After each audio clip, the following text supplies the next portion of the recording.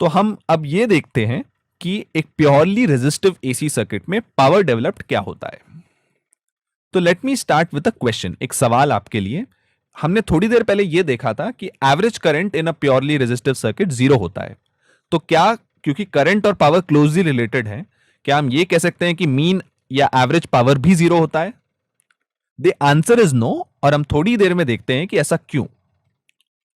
किसी भी रेजिस्टर में जो इंस्टेंटेनियस पावर है उसका वही रूल है जो हम डीसी सर्किट्स में यूज करते हैं।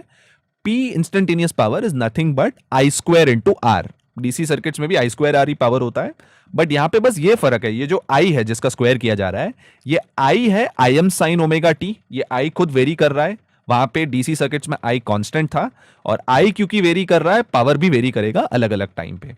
तो आई को मैं I M sine omega T substitute करूं तो मुझे मिलेगा I M square sine square omega T into R, जिसको मैंने रीअरेंज करके लिखा है आई एम स्क्वायर आर जो कांस्टेंट है into sine square omega T. ये मेरा इंस्टेंटेनियस पावर है किसी भी टाइम पे।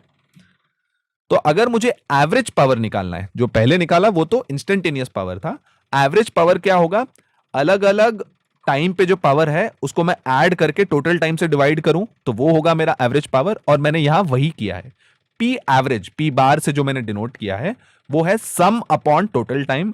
अब सम करने के बजाय हम क्या करेंगे? इंटीग्रल करेंगे, क्योंकि इंटीग्रल भी एक प्रकार का सम ही होता है। तो अलग अलग टाइम पे जो पावर है उसको टाइम से मल्टीप्लाई करेंगे, उसको इंटीग्रेट करने का मतलब है उसको ऐड करेंगे और टोटल टाइम से डिवाइड कर देंगे। तो अगर हम पावर, इंस्टेंटेनियस पावर को सब्स्टिट्यूट करें ऊपर से, तो पी है I M square R sine square omega T D T integral 0 to time period upon total time. तो इसमें आई एम स्क्वायर आर और टी तो कांस्टेंट टर्म्स है, उसको बाहर निकाल देते हैं। तो पी बार हो गया I M square R by T integral 0 to T sine square omega T D T. अब इसका इंटीग्रल हमने मैथ्स में सीखा है, साइन स्क्वायर ओमेगा टी को हम लिखते हैं half 1 minus cos 2 omega T, क्योंकि साइन स्क्वायर थीटा होता है 1 माइनस कॉस 2 थीटा अपॉन 2। ये हमने ट्रिग्नोमेट्री में पढ़ा है। अब इस इंटीग्रल को अगर हम इवैल्यूएट करें तो जो पहला पार्ट है हाफ को बाहर निकाल देंगे, I M square R by two T बाहर हट जाएगा क्योंकि कांस्टेंट है। तो पहला इंटीग्रल बचा होगा integral 0 to T 1 D T जो हो गया कैपिटल टी, और दूसरा इंटीग्रल बचा होगा integral 0 to T cos 2 omega T D T. तो integral 0 to T cos 2 omega T D T अगर आप करें तो आप पाएंगे कि वो जीरो होता है, क्योंकि कॉस का एक कंप्लीट टाइम पीरियड में हमेशा इंटीग्रल जीरो होता है। ये आप चाहिए तो इंटीग्रेशन में चेक भी कर सकते हैं। तो इसका मतलब ये है कि एवरेज पावर हो गया half I M square R, क्योंकि सेकंड टर्म जीरो हो गया। अब दोनों को अगर आप ऐड करो तो बचा होगा half I M square R. इसका मतलब यह है कि एवरेज पावर डेफिनेटली जीरो नहीं है। तो हमारा जो पहला असर्शन था कि करंट का एवरेज जीरो हो सकता है बट पावर का एवरेज जीरो होना जरूरी नहीं है, वो प्रूव हो गया, क्योंकि पावर का एवरेज यहां पे एक पॉजिटिव नंबर है I M square R by two. अब पावर तो डीसी में होता है, पावर किसी भी सर्किट में अगर करंट आई होता है और रेजिस्टेंस आर होता है, पावर तो आई स्क्वायर आर होता है। यहां पे हमें पावर, एवरेज पावर मिल रहा है I M square R by two.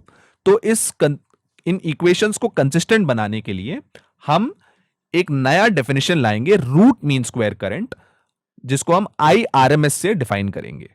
तो हम ये देखते हैं ये रूट मीन स्क्वायर करंट होता क्या है। ये रूट मीन स्क्वायर करंट एक ऐसा तरीका है जिसको यूज करके हम डायरेक्टली पावर को रिप्रेजेंट कर सकते हैं I R M S square into are.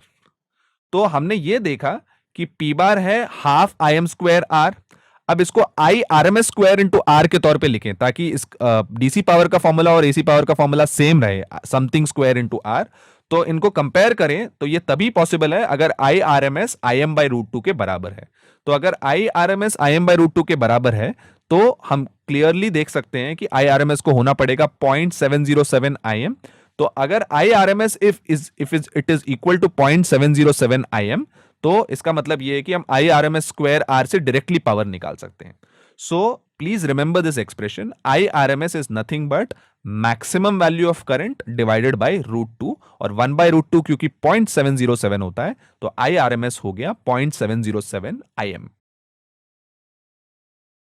Similarly V R M S भी होता है V M by root two which is 0.707 V M. तो किसी भी चीज का आरएमएस वैल्यू निकालना है हमको एसी सर्किट्स में, उसकी मैक्सिमम वैल्यू को हमें रूट टू से डिवाइड करना है।